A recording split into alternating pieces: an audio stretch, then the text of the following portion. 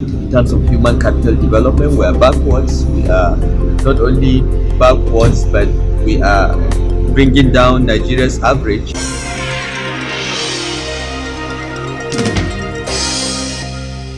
All the seven governors of Northwest realize where we are.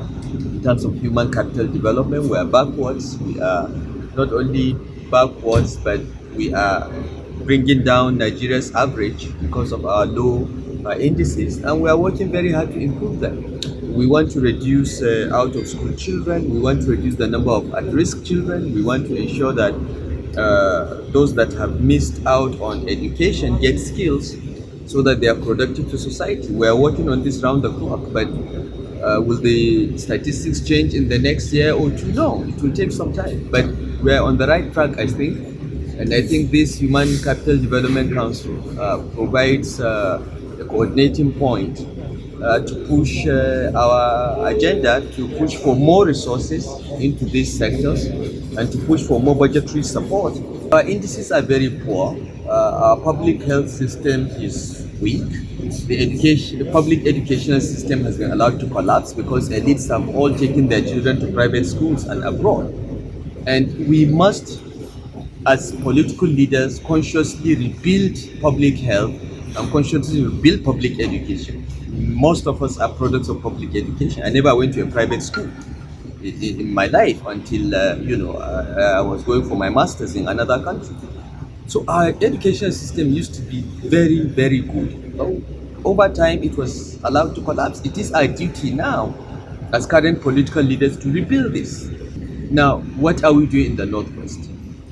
Yes, the COVID-19 pandemic, exposed the underbelly of our public health system decay, and we are all trying to rebuild it. We are building infectious disease hospitals, but more than that, the insecurity has also shown to us that we have to devise ways and means of delivering education and healthcare, not necessarily in buildings.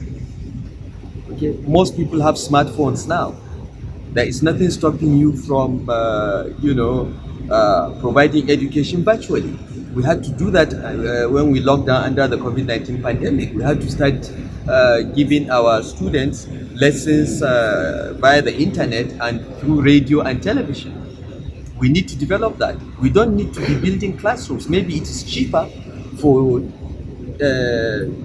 students to remain at home and get their education at home up to a certain level. Of course, coming together and playing together in classrooms is the socialization is also part of education, but you can do that for part of the 6 years in primary school and part of the 6 years in secondary school. You don't have to be in school all the time. You can get educated virtually. And if Nigeria has 5G technology all over in the next few years, that should be possible.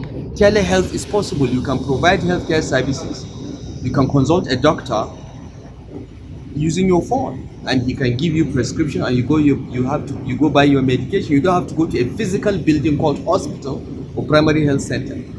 In the Northwest, we're exploring that because we don't have enough of these facilities. But if we're able to invest in telecoms and ICT infrastructure, we should be able to do that. So we'll be able to cover more people with less spending using technology. So these are all the options we're debating in our governors forum and looking at investments in that area.